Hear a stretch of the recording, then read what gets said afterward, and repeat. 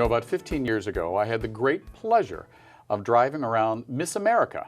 At the time, she was promoting AIDS awareness. And I remember I teased her because she wouldn't put on her tiara. Well, no such compunction with our next guest. Tonight, we have Miss GAPA 2016, Juicy Liu. Welcome. Hi. You're my first tiara. Oh my gosh, that's so exciting. On the show. Yay! You know, because Miss America told me that the reason she didn't put on her tiara was she was talking to high school students about AIDS awareness, and no one would take anyone seriously if they were wearing a tiara. Oh. But you don't think that's true? I think everybody takes me seriously whenever I speak and whenever I open my mouth. So it could be wearing a trash bag, it could be wearing a business suit. Juicy Liu will be heard, yes. I got it, I got it. So now tell me, Juicy, about how does one become Miss GAPA and when did you win the crown? Well, Miss GAPA is basically decided in a pageant, and a good old-fashioned pageant. And who doesn't love a pageant? Who doesn't love a pageant, right? And it was at the Herbst Theater in August, and basically I've been to these runways like many times before, and I had always was like, I can never do that. But then, you know, lo and behold, you know, I was asked, and it is chosen, and it has happened. All right, now you're originally from Texas. You've been here 10 years. Now your mom didn't come to your coronation, but she's going to come to your step down next year. Yes, I'm so excited. So did you actually watch Tots with Tiaras? You know, like when how long have you wanted a tiara? That's what I'm getting at. Okay, well, I guess the big thing is tiaras for me has been such a on and off again, off and again, and on again. I was really playing with like G.I. Joes and Transformers back in the day, so Barbies and everything. This is quite a switch from Transformers and G.I. Joes. This is a switch, but I think it's one of the most amazing switches because basically doing drag and putting on the face and putting on the wig and the dress and the heels and as much work as that is, it gives you a voice, and that's what the GAPA Foundation is about. It's about leveraging resources and basically giving out tons of money to people to try to give voices to the Asian Pacific Islander community, especially the LGBTQ community. Correct. I mean, let's talk about that because, you know, I have had people from GAPA on the show before. You guys and gals do a lot of work on behalf of the community.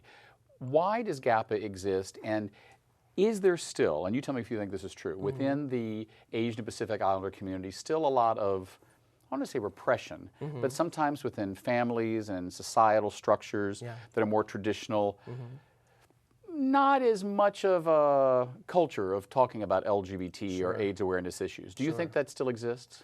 Yes, I definitely think it still exists. I think the need still exists for GAPA. GAPA started back in 1987, so during the worst of the AIDS years. Yes, the very worst of it all, and they just kind of a group of gay and bi men, Asian men, Pacific Islander men. They kind of said we need a safe space. We need basically a community just for ourselves, just to feel safe and comfortable with each other and talk about these very important issues. But now GAPA Foundation exists to really compete, like really provide all these resources to the LGBTQ community, so a broader community, and we're definitely trying to open up the resources to say, hey, we're trying to raise all this money because we're trying to capture all the activities and community grants, basically all the people that need to do the hard work that needs to be done, and we need to support that. So GAPA kind of exists as two different things right now. GAPA Foundation as the nonprofit arm, the philanthropic arm, and then also GAPA.org, which is the traditional, you know, almost 30 years old at this point. And it's still, that need, you know, that you mentioned, it still needs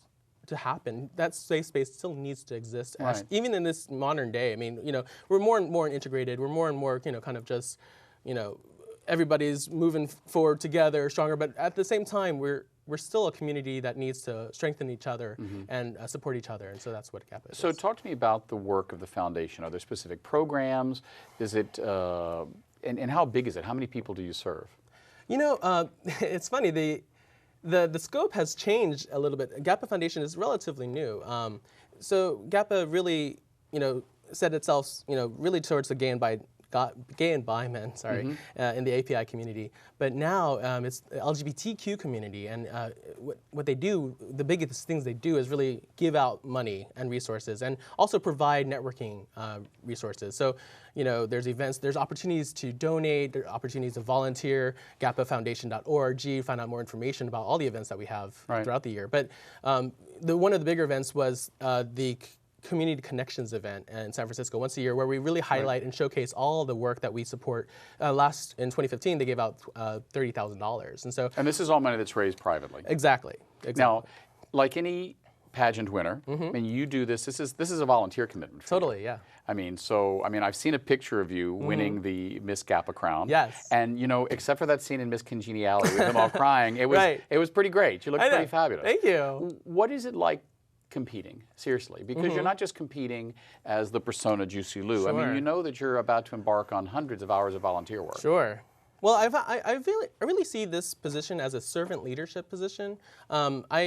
If you asked me when I was just coming out, when I was a teenager, if I could, be right here on TV on your show right now, the 10% show, like, talking as a pageant winner and like just really being an advocate for my community, I'd kind of laugh in your face. But basically, I think I learned how to become a servant leader, which really means like you're gonna volunteer your time, you give back to your community, and you're gonna take a leadership position because you want other people to follow you. You talk about the concept of servant leadership. Have you read the book by Robert Greenleaf called Servant Leadership? I have heard of it mentioned once or twice, but I haven't read it yet. You should. It's interesting. It's an interesting concept that I haven't heard talked about in a long time, but it's something that I'm glad to hear a new generation talking about. Robert Greenleaf, Servant Leadership. Oh, I'll have to check that out. So do you think that it's easier for Juicy to be here as opposed to, well, there's someone else inside all that fabulous tiara and Under hair. the layers of Under the makeup. layers, there's someone named Michael. Would Michael have found it easier to be on this show before Miss GAPA? I think there's a big confidence builder that just as being a drag queen just gives you free reign to create this persona. Right. So you embrace that term, drag queen. I totally embrace that term, drag queen. Juicy Liu is a persona, a drag entertainer, maybe an exaggerated self of Michael, like a very exaggerated version of it. Is Michael's hair that big? No, but he wants it to be this big.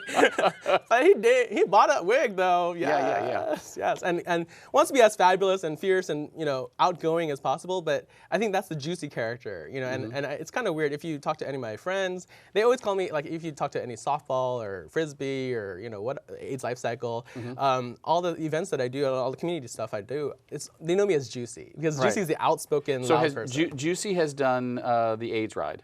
I've done it twice too. Nice. Was Juicy biking in a tiara? Well, I At didn't least have a tiara. on red dress day. You didn't have the tiara then. I know. On a red dress day, it's kind of a safety issue because safety first, ride safe, be safe, and the AIDS life cycle. I'm actually so It's excited. hard biking in a dress. Yes, but actually the second time I did it, I was in, I had these red feather wings, and I had a tutu that was supported by wires, so it was really flat, like It a was pancake tutu. it was a safety but fabulous outfit. Yes, and apparently I had the most fiercest photos, and especially when I would do that, go into the drops, and I would just kind of get that tutu.